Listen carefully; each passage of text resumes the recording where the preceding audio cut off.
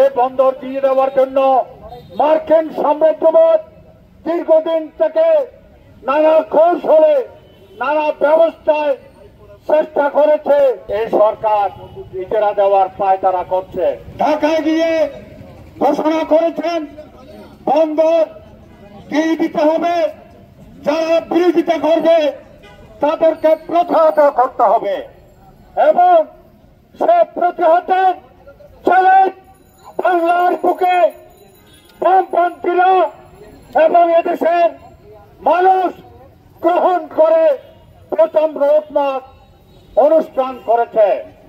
আজকে বন্দর এটা দিয়ে দেওয়ার জন্য পূর্ববর্তী বক্তাদের মধ্যে বিভিন্ন বিষয় শুনেছেন।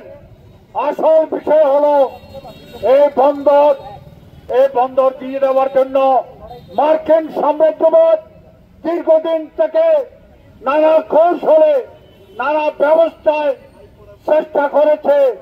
অবশেষে এই ইউনুসের হাত ধরে ওএনজিসি ওয়ার্ল্ড কোরিয়া কাতার ভিত্তিক একটা এজেন্সি, যেটার সাথে মার্কিন নৌবাহিনীর একটা চুক্তি রয়েছে, তারা যেখানে যাবে সেখানে মার্কিন নৌবাহিনীর জাহাজ যদি যায় তার কোন প্রকার ওই দেশের অনুমতি লাগবে না। সেরকম একটা কোম্পানির হাতে আজকে এই সরকার ইজারা দেওয়ার পায়তারা করছে।